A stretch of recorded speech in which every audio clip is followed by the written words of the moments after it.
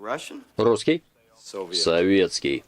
Hello everyone and welcome to another episode of Ushanka Show Slides, where we're going to look at the pictures taken by my distant relative Uncle Bill back in 1973 in Moscow, the capital of the Soviet Union. And today we're going to take a look at his pictures that he took in Arbat nightclub using Kodak Ektachrome film. And before we begin, just a quick reminder, all Uncle Bill's pictures are located in a separate playlist called World Travels by Uncle Bill. Link will be below in the comment section. Well, the place that Uncle Bill visited with his fellow American tourists wasn't actually a nightclub, it was Arbat restaurant, and this is the photo that he took.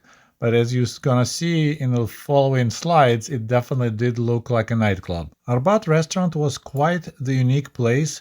It was open in 1967, and at that time it held the World Guinness record for the largest restaurant in Europe. You may recognize these four tall buildings in downtown Moscow, right on the Kalinin Prospect. Now it's renamed to New Arbat Prospect. So those buildings were used to display messages. In this case, we can see CCCP, which is SSSR, USSR, and right there on the front corner, there is Arbat restaurant. When the restaurant was opened in 1967, it did not have the famous globe on the top of it. It was installed later in 1972. According to Google, this sign was built and installed by a Japanese advertising company, and it was a quite complicated device. It was rotating, and it also had inside lights showing destinations of the Soviet Aeroflot airline. Once again, according to Google, the cost of this sign was quite substantial, $300,000 back in 1972. And 1972 was a big year for the Soviet Union because it was 50 years since Soviet Union was created in 1922. And besides being illuminated at night, this sign was also spinning, just like our planet does. I apologize for this AI video. I tried to do my best, but it was keep on spinning the globe the wrong way. I cropped the picture of Uncle Bill, and here you could see Aeroflot logo, and you could see Tu-144 supersonic passenger jet, so-called Concordsky. So that was a Soviet version of Concorde supersonic jet made in France. And Soviets made it to fly it first, but unfortunately that project was short-lived. Soviet jet was extremely thirsty and extremely unreliable, and it was removed from service in less than 5 years. Once again, when the largest restaurant in Europe, Restaurant Arbat, was opened in 1967, it employed 1,000 personnel. An official term was it wasn't a restaurant, it was a cultural entertainment center. And this is how this place looks right now in modern day Russia. As you see, globe is still there, Aeroflot logo is gone, and it's still a restaurant. And I forgot to mention the fun fact, and because this sign was so expensive and spare parts would be probably outrageously pricey, they were making that sign turn only 4 hours per day. So I assume at dusk, when it was getting dark, they would spin it for 4 hours, then turn it off. I apologize for such a long introduction, and now let's take a look at what Uncle Bill saw inside of Arbat nightclub back in 1973. Remember I mentioned that 1,000 people were employed at this restaurant? So here you go, they had a full-size orchestra, or we call them ensemble. So you got people playing saxophone, electric guitars, electric piano, and it looks like there's a baby grand piano staying behind. Large speakers, can't figure out what brand. So the full-size orchestra entertaining people in Arbat. More musical entertainment here. We see 5 guys performing most likely like Russian traditional songs.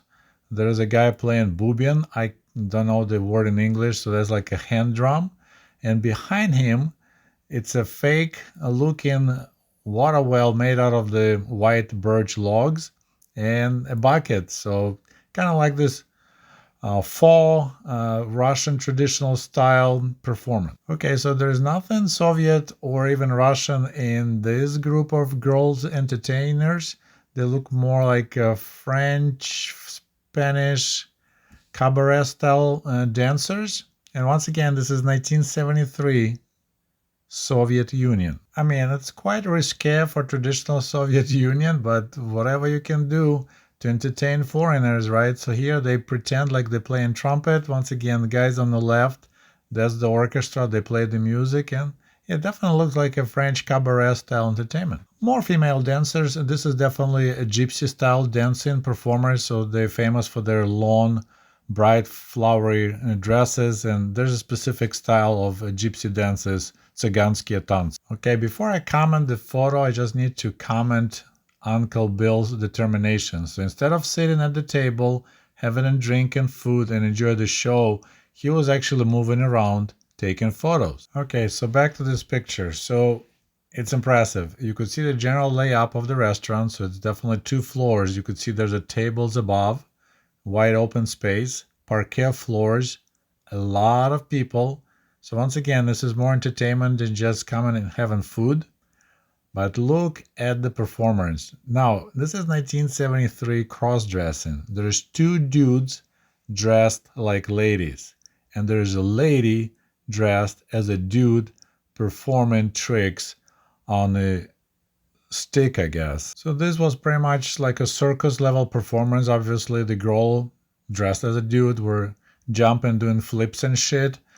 And the guys, you could see one of them, you could see pants sticking out from under his skirt, where they had to be strong guys to make it happen. Okay, more female entertainers. And this photo actually made me think, yep, Soviet Union was already doomed in 1973. To entertain foreigners, look what the girls had to do. No skirts. And don't get me wrong, I love ladies' long legs. In my opinion, legs couldn't be too long or too sexy, but come on. This is just like almost a strip club. So what the girls are wearing is supposed to be like a traditional Russian winter coat, but it's extremely short. Once again, this is summertime. Heavy makeup, super short dresses.